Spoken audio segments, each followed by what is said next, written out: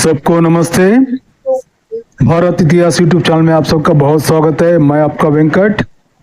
साथियों, आज हमारा 55 साल का नवयुवक फिरोज यानी राहुल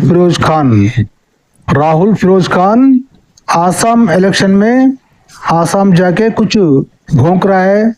तो ये भौंकने का कहाँ तक सही है और कहाँ तक नहीं, तो हम भी सवाल पूछेंगे जनता और देश। ठीक है, तो ये 55 साल का नवयुवक क्या स्कूल पढ़ा है पता नहीं।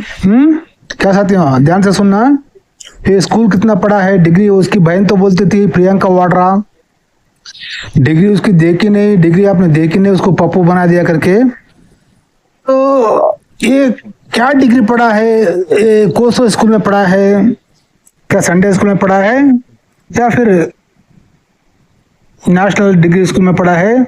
सोचो आप लोग, क्योंकि इसको तमीज का पता ही नहीं, इसको तमीज का पता ही नहीं और संस्कार क्या होता है और दूसरों से कैसे बात करना भी इसको पता ही नहीं। तो इसलिए ऐसे नेताओं को हमारे देश में प्रधानमंत्री का कैंडिडेट बना देते हैं। और ये हम जनता है ना, तो इसको देख के ही इसकी बात सुन के ही हम भी उसी की तरह सीखना पड़ता है कि नहीं साथियों।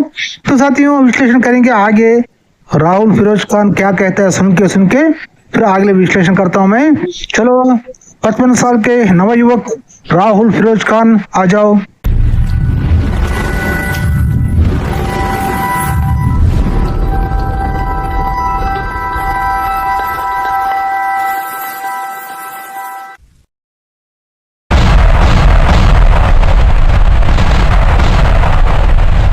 आओ हीरे की औलादा, तेरी ही कमी थी यार।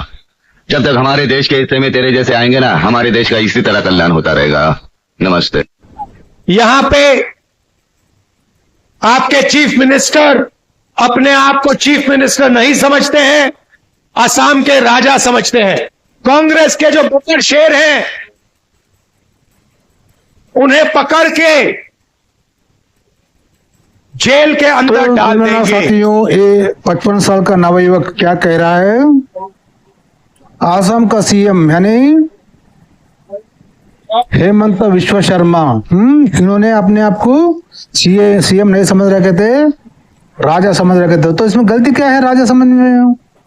और तू क्या कह रहा है, कांग्रेस के बब्बर शेर। कौन है रे बब्बर शेर कांग्रेस में? हाँ साथियों, बब्बर शेर जो बोल रहा है ना, किनको बोल रहा है पता है आपको? हिंदू लोगों को, हिंदू कार्यकर्ताओं को, हिंदू लीडरों को। क्यों कह रहा है?